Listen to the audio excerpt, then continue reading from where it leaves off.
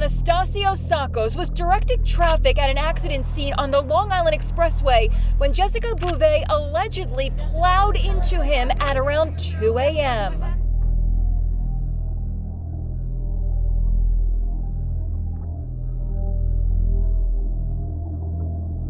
I fight niggas too. We could fight the police too. If you're gonna shoot me, get it over. What I'm saying to you is, you're not finna try me while I'm still breathing, though.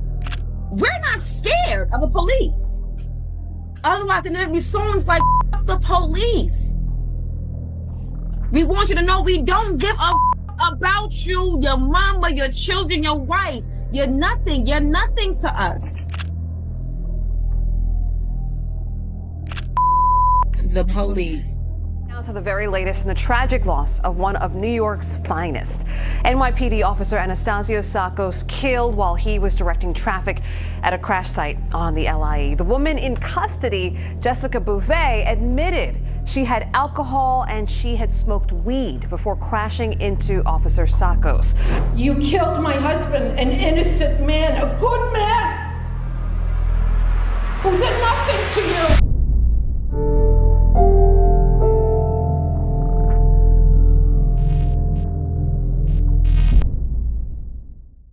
Jessica Beauvais is a 35-year-old woman from Hempstead, New York.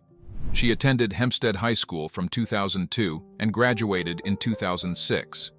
In 2007, she gave birth to her son, who would be her only child. She went on to study social psychology at Nassau Community College and psychology at the University of Phoenix.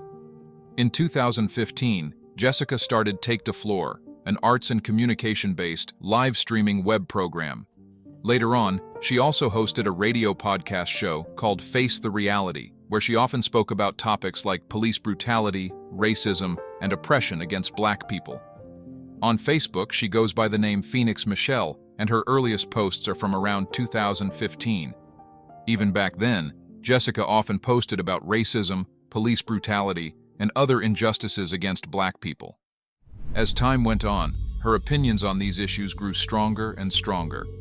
This was likely due to the surge in cases where Black people were being unfairly beaten and even killed by white police officers. Like many Black Americans, Jessica started to become more and more opposed to the police. She showed her support for the Black Lives Matter movement as early as 2017 when she created a fundraiser on Facebook for the Black Lives Matter Foundation. The Black Lives Matter movement began in response to the killings of Trayvon Martin, Michael Brown, Eric Garner, and Rakaya Boyd, among others.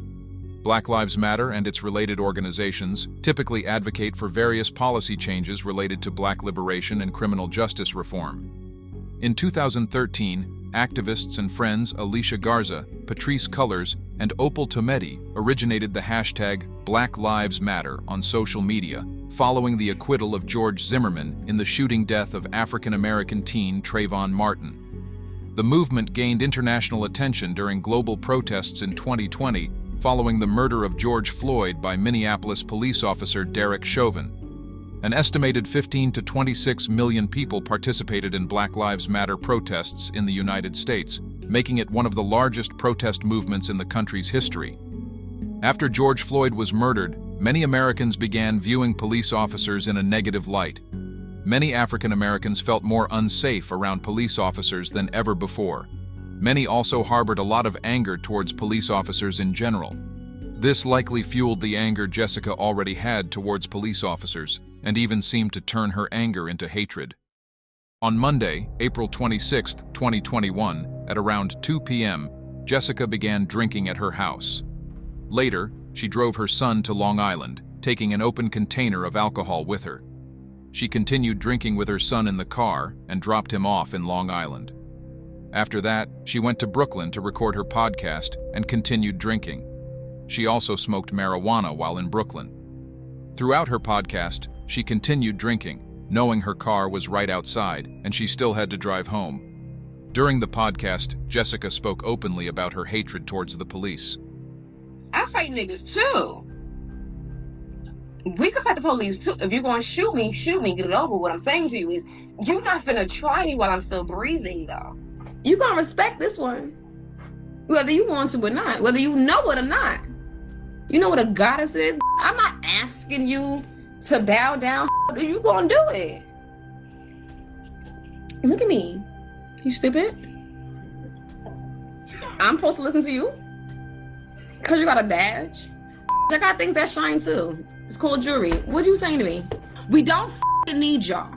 We don't like y'all. We don't want y'all around. It's very annoying to drive past and see a cop on the corner. I don't need to see you here. You're not doing nothing. My son gonna hate you. His kids gonna hate you. His grandkids gonna hate you. And you gonna have a whole lot more problems than me. You could suck my too. I'm from New York for real. We don't reserve. We're not scared of the police. Otherwise, there'd be songs like the police. We want you to know we don't give a about you, your mama, your children, your wife. You're nothing. You're nothing to us. With that being said, I will see you guys. And until then, the police. It was a 2-hour podcast that ended at roughly 8:30 p.m. Jessica didn't leave the studio at that point. She continued drinking there until 1:30 a.m. before deciding to leave. By then, she was highly intoxicated and in no condition to drive. In fact, she left the studio stumbling. Bear in mind that Jessica had been drinking from around 2 p.m. until 1:30 a.m. the next morning. During that time, she had also smoked marijuana. Barely able to walk to her car, she still decided to drive home. Additionally, her license was suspended, so even if she had been sober, she wasn't legally allowed to drive, yet she still chose to. So Jessica started her car and proceeded to drive home. After getting onto the Brooklyn-Queens Expressway, she drove at speeds varying between 60 and 90 miles per hour. Further ahead on the Long Island Expressway, Officer Anastasios Tsakos was directing traffic while he and other officers investigated the scene of another fatal crash. Jessica, driving at high speed, struck Officer Tsakos. The impact, combined with her vehicle's speed, caused him to go airborne and fly 170 feet. Other officers nearby had to dive out of the way to avoid being hit. Jessica did not get out of her car at this point. Instead, she decided to drive away, despite her shattered windshield making it extremely difficult for her to see. She exited the highway in an attempt to avoid arrest, running stop signs and even driving on the wrong side of the road. Officers chased her for about 3 miles until she eventually drove up a curb and was surrounded by police. Even then, she reversed into one of the officers' vehicles and attempted to escape. However, before she could get away, officers managed to stop her and placed her in handcuffs. Jessica then asked the officers, "What did I do?" She admitted to drinking wine and tequila earlier and also admitted to smoking weed. She said, "When I left, I didn't know where I was going, so I used my GPS. I made a left turn and a right turn and ended up at a gas station where the cops stopped me. I don't know why they stopped me. Speeding, I guess. I did hear a thump, so I knew I hit something, but I didn't see what it was."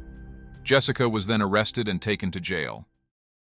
Officer Tsakos suffered major injuries and was rushed to an area hospital, but sadly, he died a few hours later.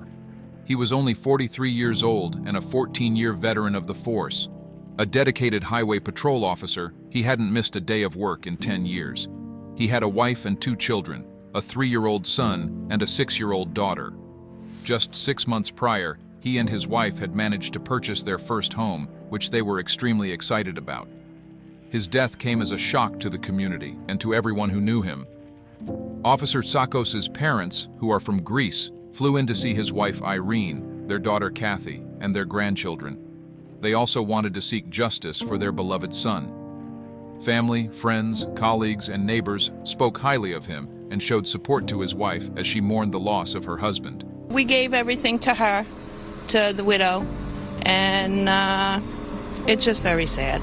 We just pray for his wife and his kids. He was a dedicated father, a dedicated police officer. I was with him like 2 days ago. He was doing his yard, and I was talking to him. I mean, the guy is always warm. Officer Tsakos was such a kind and caring man that during COVID, when his neighbors were sick, he brought them food. He started bringing us food almost every day. Brought us soup, and they left in front of the door. And he would just call someone, "Run into the store, what can I pick you up?" Whether or not Jessica Beauvais actually intended to kill Officer Tsakos, We'll never know. But we do know how she felt about the police in general. She made it abundantly clear that she hates the police, regardless of whether they were good officers or corrupt ones. We all know there are bad police officers out there, and some of them are evil. Those ones shouldn't be allowed to be police officers, and some of them should even be in prison. However, this doesn't mean that all police officers are bad. Jessica Beauvais used her platform to influence people into hating police officers, intentionally portraying all of them as bad when she knew that wasn't true. So, even if she didn't intentionally drive into Officer Tsakos, and she probably didn't, her obvious hatred towards the police certainly makes her look guilty. Regardless, she still chose to drive while highly intoxicated, and even after hitting Officer Tsakos at high speed, she decided to drive away. Because of her actions, an innocent police officer died a senseless, horrific death. On September 8, 2023, during a court hearing in Queens Supreme Court, Jessica Beauvais was offered a plea deal by the prosecution. If she had accepted the deal, she would have received a 16-year sentence, but she refused. The following month, the trial began. Jessica faced charges of aggravated manslaughter in the second degree, vehicular manslaughter in the second degree, and leaving the scene of an accident without reporting. The 13-day trial ended on October 31st, and Jessica Beauvais was found guilty on all charges. During the sentencing hearing on February 21, 2024, both the defense and the prosecution presented their arguments regarding the appropriate sentence for Jessica. The prosecution argued for the harshest sentence possible, emphasizing the severity of the crime and the aggravating factors. I just want to highlight some of the decisions that this defendant made on April 26th. She began drinking at her house when our son was home, knowing she was going to drive her son to Long Island from Queens County. When she left her house, she chose to take an open container with her of alcohol to continue drinking that day. And in Brooklyn, she chose to smoke marijuana, knowing that she had been drinking.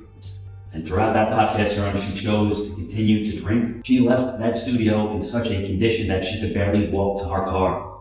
The evidence in this case showed her stumbling on video surveillance of that car. She needed the assistance of an acquaintance to get to that car. And at 1:57, she struck Detective Tsakos with her vehicle. This was not an accident. This was a day into an evening, into a morning, criminal decision after criminal decision after criminal decision. And when she struck him, she chose to leave a fellow human being on the side of the road to die. She did everything she could to flee that crime scene. She did everything she could to conceal what she knew she just did. She drove a 3,000-pound motor vehicle with a shattered windshield and a caved-in hood. She could not see through that windshield. When she was apprehended, she was combative when she was removed from the vehicle. We ask that this court sentence the defendant to the maximum punishment allowable by law. The defense acknowledged that Jessica was guilty and deserved to spend time in prison, but asked the judge for leniency. This was not an intentional killing. This was a terrible accident caused by drunk and intoxicated driving. But this is somebody who, when they're released from jail, Jessica will be the same person she was before her terrible decisions on April 26 and 27. This is somebody who can reform and not spread hatred, who can learn from her mistakes. In considering the sentence, Jessica needs to be punished. But justice also involves mercy, it involves forgiveness, it involves looking at an entire person. And given who Jessica was before this, given who she was, given her efforts to reform and her chance of reform, we ask that the court sentence Ms. Beauvais to less than the maximum sentence, to run concurrent, and in consideration of everything that we submitted and everything that I've said today. Thank you, Your Honor. Thank you so much.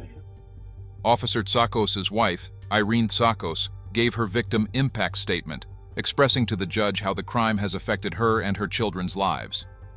Together we created a beautiful family, and after years of saving, we were finally able to purchase our first home, just 6 months prior to his death. We were living our dreams, busy fixing our home and making plans for the future. But everything came to a screeching halt on April 27, 2021. At approximately 4 a.m. that morning, 2 NYPD officers rang my doorbell and gave me the devastating news that my husband had been hit by a car while on duty. I instantly doubled over in pain. At the hospital, I was told that despite their best efforts, the doctors were unable to save him. I was told my husband was dead. My world came crashing down. They were still speaking to me, but I heard nothing after that. I was in shock until the thought of our children came to my mind and realized I now had to go home and tell my babies that their dad, their favorite person, was gone. That broke me. She then spoke briefly about Jessica Beauvais' podcast and pleaded with the judge to give her the maximum sentence possible. She made a podcast hours before killing my husband for the world to hear. I heard it too. I want to say that you cannot think, speak, and spread hate out into the world and expect good things to happen to you. You cannot wish harm on people and influence others to do harm and expect good things in return. You killed my husband, an innocent man, a good man, who did nothing to you. Your Honor, on behalf of our family and friends, and all of Tassos' brothers and sisters in blue who place their lives on the line each and every day protecting this city, we ask that Jessica Beauvais is given maximum sentence, both for killing my husband and maximum sentence for fleeing the scene and leaving him there to die. Thank you, Your Honor. Jessica Beauvais was also given an opportunity to speak, but she didn't have much to say other than that she was sorry. I'm sorry.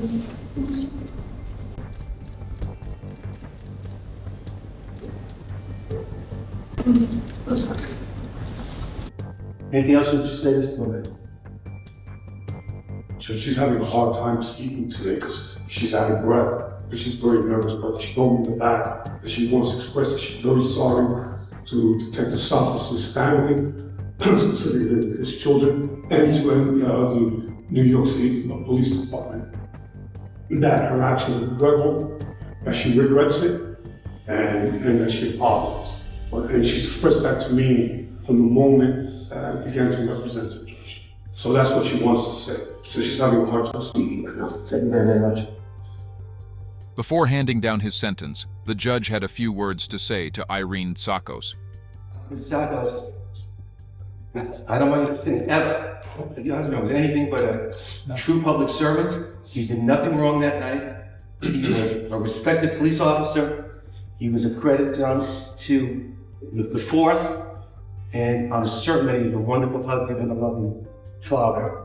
And I hope that sometime in the future you come to understand that he is now in the arms of our Heavenly Father. And I wish you all the courage and patience to get to that point. The judge then voiced his frustration with those who criticize the police and advocate for defunding the police. Then he addressed Jessica Beauvais. For all those infantile yahoos in our society who spend their time protesting the police or calling to defund the police, they should have a glimpse of what transpired in this case.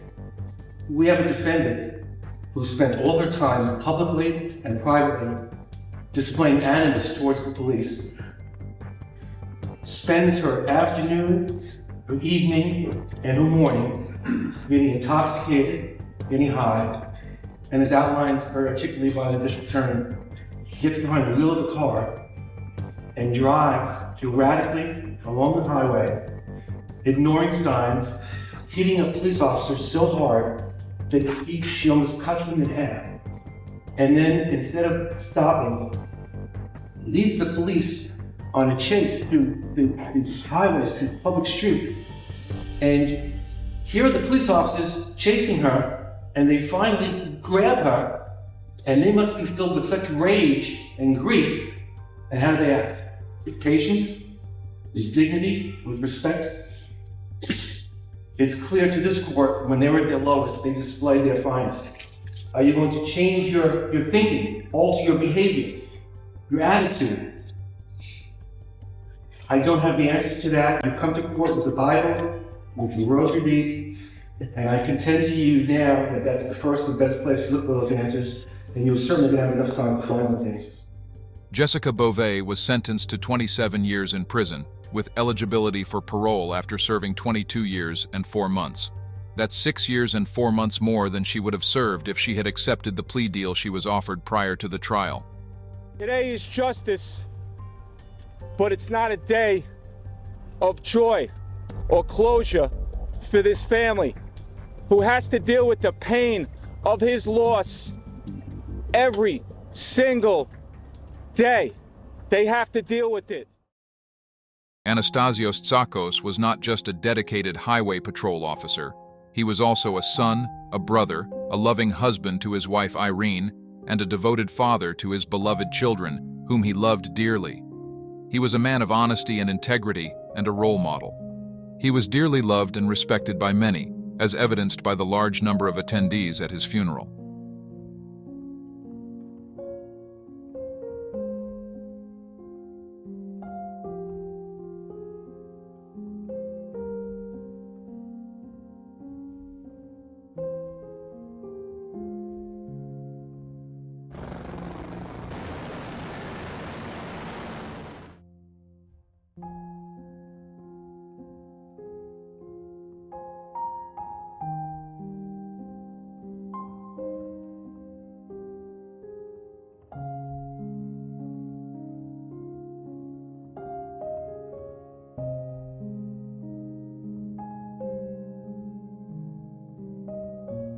In his eulogy, NYPD Commissioner Dermot Shea reflected on the character and dedication of Officer Tsakos.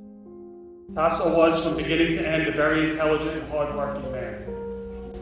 He was the envy of his peers. He was the one you were grateful to arrive on the scene, the one you could always rely on.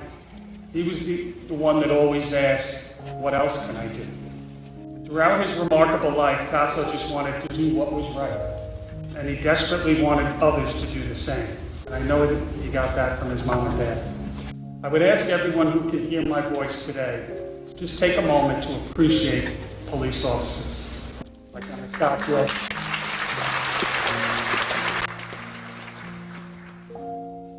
They truly are the very best among us. In her eulogy, Irene Tsakos shared how Anastasios was an exceptional father to their children and expressed her deep gratitude for having him as her husband. Our family was his biggest pride and joy. He was the best father to our children. So loving and nurturing. So many times I'd watch my husband playing with my kids, and I would silently say to God, "Thank you, Lord. I am happy." And Tasso would look at me and smile. I will miss everything about him. Most of all, I will miss his hugs. Tasso, you are the love of my life. I hope I made you proud. Lord, you have my angel now. Please hold them dear and allow him to watch over us. I love you always and forever. Till you hold me in your arms again, my love. Sarah.